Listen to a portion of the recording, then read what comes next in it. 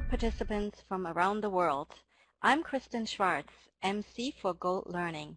I'm chatting today with Dr. Nichole Fairbrother about her upcoming presentation for GOLD Perinatal 2016 titled New Mothers' Thoughts of Infant-Related Harm in Their Relationship with Postpartum OCD and Parenting. Welcome, Nichole. Hello. We are so glad to have you for the Perinatal Conference and this very important presentation, a presentation that a topic that is so important for healthcare professionals to learn more about, and it's also can be intimidating to many birth professionals in the field out there. So tell us a little bit about yourself, about your professional journey, and how you came to this topic, that this topic became an interest of you. Thank you. Yeah, so this topic is very personal for me. As a PhD student, I worked in a research lab with a focus on anxiety disorders and cognitive behavioral approaches to understanding and treating anxiety disorders. And one of the disorders that was prominent in that research lab was obsessive compulsive disorder, so I knew a lot about it. And when I became pregnant with my first child and had my first child, I really fell in love with reproduction, with pregnancy, childbirth. It's a beautiful time in a person's life and absolutely fascinating. And one of the things that happened for me after my son was born was that I experienced a number of unwanted, intrusive thoughts of harm related to my son, who's now 15. And I remember at the time thinking, wow, that's so cool. That's an intrusive thought. That's kind of like an obsession. And then my very next thought was, I wonder what it would have been like for me to have that experience but not know anything about these kinds of thoughts. How frightening might that have been? What might I have thought of myself or about that experience? And so that was what led me to my interest in this topic area. Well, thank you so much for sharing that very personal story here with us. And you're right, it can be very frightening to somebody experiencing these kind of intrusive thoughts. That also leads me to our next question is, you're involved in so much valuable research. You're involved in all these different research studies that you're working on. How do you recruit for your study? How do you recruit people who are willing to talk? I can imagine that might be very difficult to find people who really want to share or not. So what is your process for that? Yeah, that's a really good question. There are a few different parts to the answer to that question.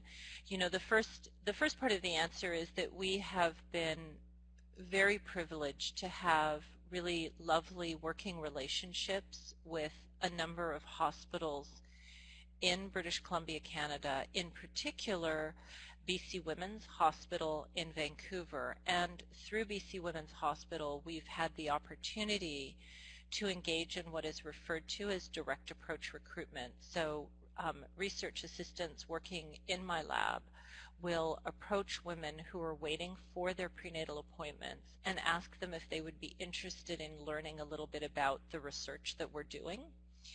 And that has been tremendous for us because more passive forms of recruitment, such as putting posters up in community locations or on hospital billboards, has a tendency to be far, far less productive for us. So that's been a really big part of it. In terms of how we help women feel safe talking about these kinds of thoughts, we have actually developed some very detailed and careful language and content around privacy and confidentiality. So we do some things like we typically hire people to work in our lab who have experience with babies and who are able to recount some of their own thoughts. We explain to women that telling us that they are experiencing unwanted thoughts of infant-related harm is not grounds for us to take any action with respect to their infant safety. And so we do some things to normalize the thoughts and to create some safety for women and be really clear with them what sorts of things they can and cannot share with us without us needing to take any action on behalf of their infant. And I think that goes a really, really long way to making it possible for women to open up to us. Well, thank you. That is definitely very interesting to learn about the process of your studies here. My last question now is, what do you hope the delegates will take away from your presentation? Yeah, so for me the most important message, I guess, is that when a new mother is experiencing thoughts of harm related to her infant, it is just as important to know when those thoughts do not imply a risk of harm to the infant as it is to know when they do imply a risk of harm. Obviously, if a woman is experiencing the kinds of thoughts that may place her infant at risk, we need to know that. But if a woman is experiencing these kinds of thoughts and they do not present a risk of harm to her infant, behaving as if they do runs the risk that we actually help that woman develop an anxiety disorder. And it's really important that we be careful and not go down that path. And so really learning how to discriminate between the kinds of thoughts we need to worry about and the kinds of thoughts we don't is really important.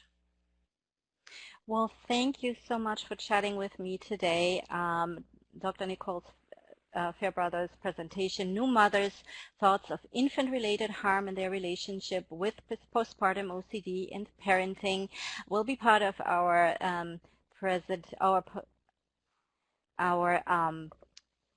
perinatal conference, and this presentation will air on Monday, October 24th at 2300 UTC.